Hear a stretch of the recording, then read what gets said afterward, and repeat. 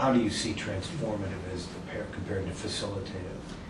I think it's, at least for me and my understanding of it, is that the transformative part is really focusing, I don't want to say exclusively, but the paramount part on the empowerment and recognition piece, and that the goal of the agreement is secondary. And in facilitative, I see empowerment, recognition, and the goal being on equal planes. So that it is just as important to me that they feel as empowered and recognized as it is to get the agreement. But if the agreement is what they want when they come in, and that means that they're saying, look, we got a court date 3 days from now, and we need to get this resolved, that I will spend just as much time focusing them on their goal of the agreement as I will on the other two. So to me, it's more of a leveler rather than one greater than the other. So we have facilitative, and on this side, where it's least focused on outcome, more focused on process, and the other end of the continuum being much more evaluative, much more directive.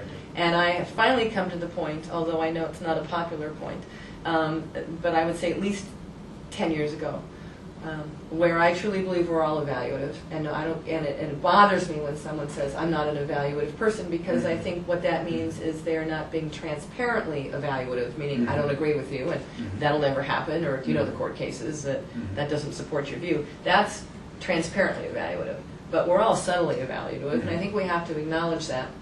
And I don't think it's a particularly popular thing to say that we're all evaluative mediators, but I wrote an article about it, and not a lot of happy campers when I wrote that.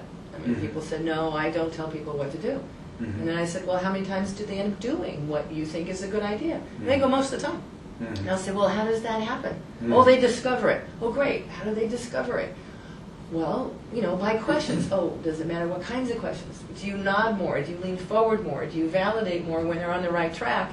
And when they're not on the right track, you just sort of sit back and look pensive, or whatever it is that you're doing. Somehow they're getting there. So you have to acknowledge that you are in some way impacting that. And so when I say I'm facilitative, I say facilitative, knowingly, transparently evaluative when I need to, and hopefully being aware of the subtle evaluation that I'm sending, or the messages that I'm sending. And I've tried to become much more cognizant of that over the last 10 years especially.